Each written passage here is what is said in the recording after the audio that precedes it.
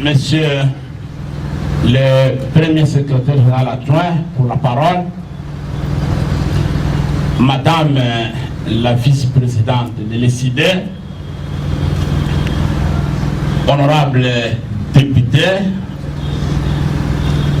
Madame la deuxième vice-secrétaire générale adjointe, chers membres du bureau national et cher Manamboka.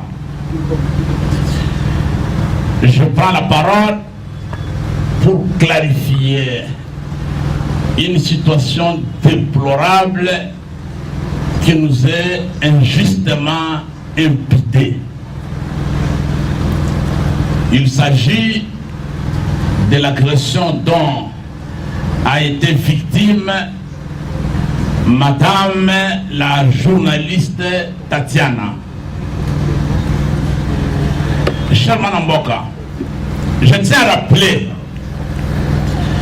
que Madame Tatiana a été arrêtée et détenue au cachot de l'ANR. Le président élu s'est personnellement investi. La famille de Madame Tatiana est venue voir le président. Et le président, avec la MONUSCO, ont fait pression. Le président fait pression sur les organisations de droits humains. Jusqu'à ce qu'ils ont obtenu la libération de Madame la journaliste Tatiana du cachot de l'ANR. Je tiens à souligner aussi que ces efforts pour la libération de Madame Tatiana, le président élu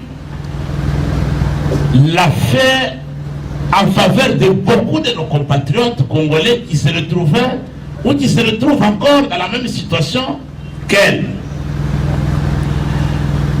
Dès la sortie du cachot de l'ANR, mademoiselle ou madame la journaliste Tatiana a organisé des interviews, des vidéos nuisibles à la réputation et à l'honneur de notre parti ECID et de son leadership. Il a organisé une interview avec la famille de notre camarade d'heureuse mémoire Tafé Kalala pour démontrer comment la famille était abandonnée par Martin Fayulu et l'ECID. Elle a organisé une vidéo, elle a aussi organisé une interview en vidéo sur la situation de notre camarade Moulopoué, qu'elle a qualifié de fou en prison, abandonné par l'ECID et par Martin Fayulu. En dépit de toutes ces vidéos que nous avons, nous de l'ECID, considérées comme faisant partie de sa liberté de presse, Madame Tatiana a continué à couvrir nos activités ici à l'ECID. Elle était ici à une des séances sur la situation sécuritaire dans les provinces de l'Est de la RDC. Elle était avec nous le 10 septembre, le samedi, au collège Boboto, lors du lancement officiel du manifeste de Kisangani devant les milliers des étudiants par le président élu. Elle n'a jamais fait l'objet d'une quelconque agression pour sa liberté de presse. Mais voilà, le 15 septembre, alors que les mouvements citoyens organisaient une manifestation de protestation en rapport avec la rémunération des députés nationaux, je tiens à souligner que l'ECID n'a pas fait la mobilisation et n'était pas concerné par cette manifestation. Donc, nous n'avons pas mobilisé les gens ici au siège de l'ECID pour aller marcher avec les mouvements citoyens.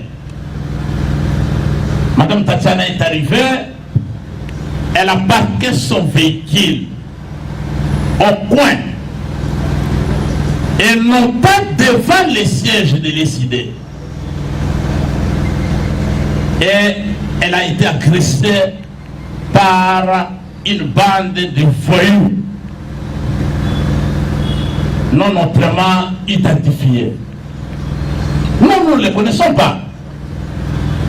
L'ECD en tant que parti qui prône la non-violence, l'ECD en tant que parti avant-gardiste de la citoyenneté, nous sommes l'incarnation des valeurs judéo-chrétiennes. Nous sommes l'incarnation des valeurs de citoyenneté. Nous n'avons pas la culture de violence.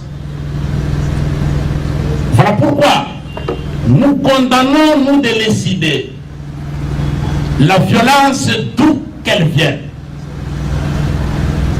quel que soit son auteur.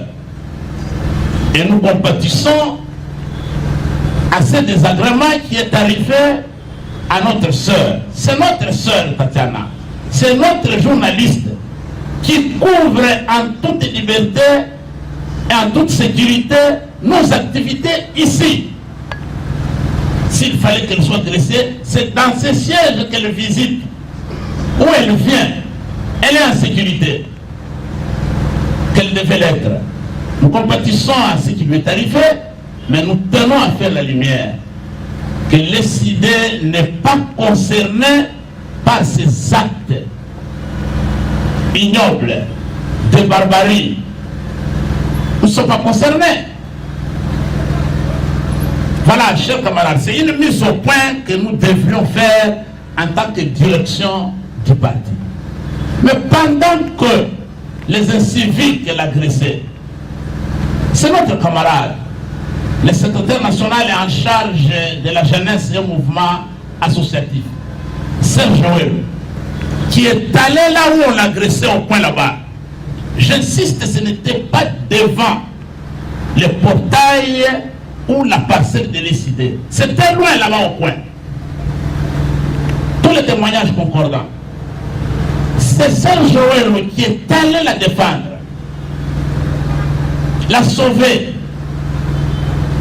Vous savez très bien que le 15 septembre, lorsque le mouvement citoyen ont annoncé leur manifestation au Palais du Peuple, tous les partis de l'Union sacrée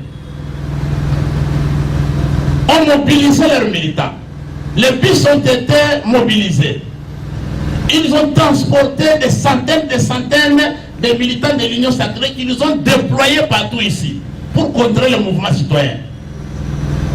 Mais si les civiques auraient commis cet acte-là, ont commis cet acte-là, ce ne sont pas les militants de l'ECD. L'ECD n'est pas concerné par cette violence. Nous sommes victimes de violences ici au siège. Nous avons des camarades dont les jambes sont cassées aujourd'hui, ils sont restés des handicapés. Nous avons déposé des plaintes dans des différentes juridictions, jusqu'à aujourd'hui, sans suite. Mais curieusement, Serge Joël, qui a pris tous les risques, seul, d'aller sauver Madame Tatiana des mains de bourreau, est aujourd'hui présenté comme le comploteur, qui a monté un complot pour adresser Tatiana. C'est pas sérieux ça. S'il y a des gens qui seraient payés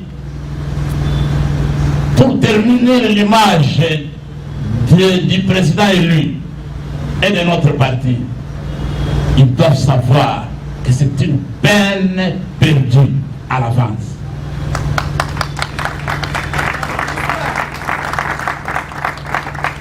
C'est perdu à l'avance parce que, chers amis, comme le disait le président élu à Bruxelles, Martin Fayulu n'est pas le candidat de l'opposition qui a été en 2006. Il n'est pas non plus le candidat de l'opposition qui a été à la présidentielle de 2011. Martin Fayulu a été élu président de la République en 2018. Et aujourd'hui, il est préoccupé par l'unité nationale, la cohésion nationale qui sont menacées. Son combat présentement consiste à défendre l'intégrité territoriale de notre pays, plus que jamais menacée par les risques de la balkanisation. Il se bat aujourd'hui contre la gabegie financière, la corruption institutionnalisée à tous les niveaux, la misère de notre peuple. Et s'il y a les gens qui viennent avec des débats pour nous distraire et contourner notre attention pour ne pas s'occuper des problèmes existentiels de notre peuple, ils doivent savoir que nous n'allons pas suivre ce chemin-là. Chers camarades, soyez vigilants. Ne cédez jamais à des provocations. Nous savons et nous avons des informations. Il y a des réunions qui se tiennent. Des gens qui pensent que c'est le moment où il faut abattre les idées, descendre l'image du président élu. Ils doivent savoir que le commandant du peuple avait promis au peuple congolais depuis le 30 décembre 2018 qu'il n'abandonnera jamais son peuple et il va garder la flamme allumée jusqu'aux prochaines élections en 2023 lorsque le peuple va recouvrer sa souveraineté qui lui a été volée.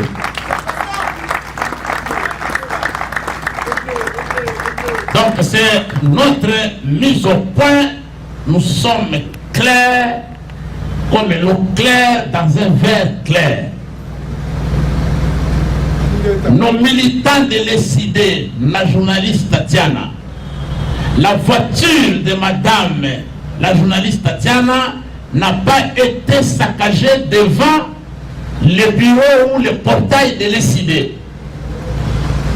Et notre secrétaire national en charge de la jeunesse n'est pas impliqué dans un quelconque complot visant l'agression de madame Tatiana. Et je vais terminer par me poser une question. Quelle est la plus-value pour l'ECD d'agresser madame Tatiana? Nous allons gagner quoi? Voilà, je vous remercie. Voilà.